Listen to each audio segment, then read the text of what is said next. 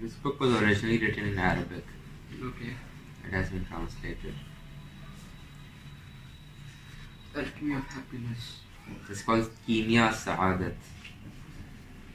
Kimiya is alchemy, turning things into gold. Look, what I was talking about. I'll just read the first paragraph, you'll know. Know, O beloved. Beloved means the readers. Okay. That man was not created in jest, like out of randomness. Like he has a purpose. Yes, man was not created in jest or at random, but marvelously made and for some great end. Although he is not from the everlasting, he lives forever. Means it's not that he had always existed. There was a point in time when God did create him, but now that he has been created, he lives forever. His soul lives forever. And though his body is mean and earthly, yet his spirit is lofty and divine. With the crucible of abstinence, he is purged from carnal passions, he attains to the highest. And in place of being a slave to lust and anger, becomes imbued with angelic qualities. Attaining that state, he finds his heaven in the contemplation of eternal beauty, and no longer in fleshly delights. The spiritual alchemy which operates this change in him, like that which transmutes base metal into gold, is not easily discovered, nor to be found in the house of every old woman. It's like a saying, not to be found in the house of every old woman. It is to explain that alchemy and its method of operation that the author has undertaken this work, which has titled The Alchemy of Happiness.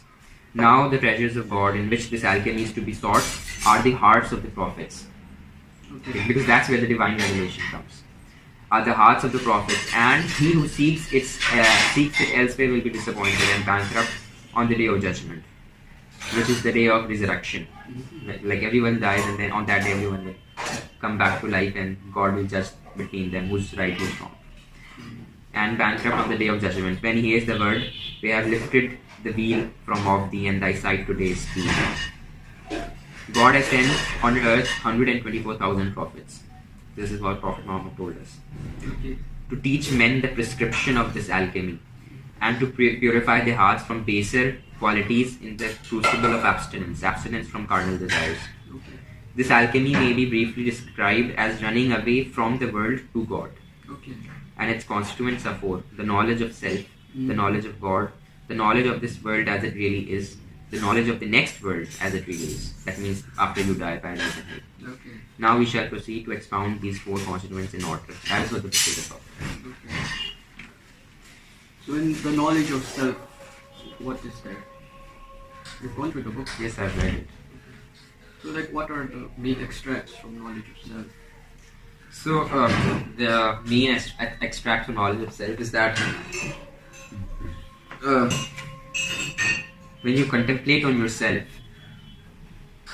you would realize that you're not a product of randomness. Rather, there is an intention behind your creation, and there is an intelligent being behind your creation. So, through knowing yourself, you can know God. So your body, self consists of two things: the body and the spirit. Okay. So first he talks about the body.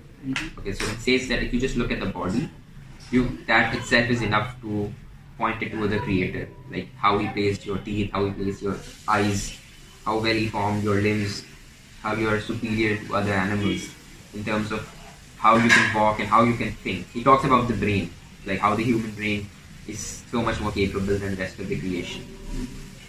And then he says, well, all of this is okay, but to reach God, just the knowledge of physical self is not enough.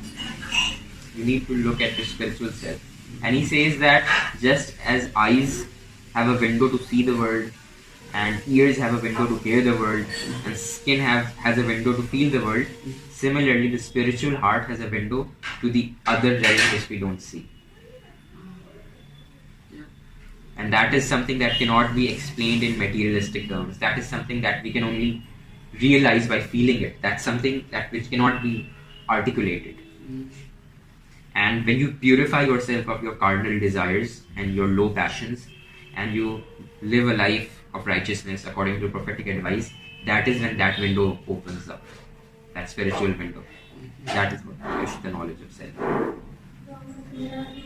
So we have this concept of eating halal, okay, eating what is lawful. So eating halal basically means when you eat, of course you buy the food with some money, right? And that money has to be earned through lawful and fair means. Okay. If you are earning money the wrong way, then the food you're eating is not lawful, and that will corrupt your soul. And that will close the window. So in order to open that window, you have to earn lawfully, and in order to earn lawfully, you have to do good. You have to add value to other people's life. So it's not just directed to yourself. You're not just when you're trying to be spiritual, you inevitably have to contribute positively to the society also.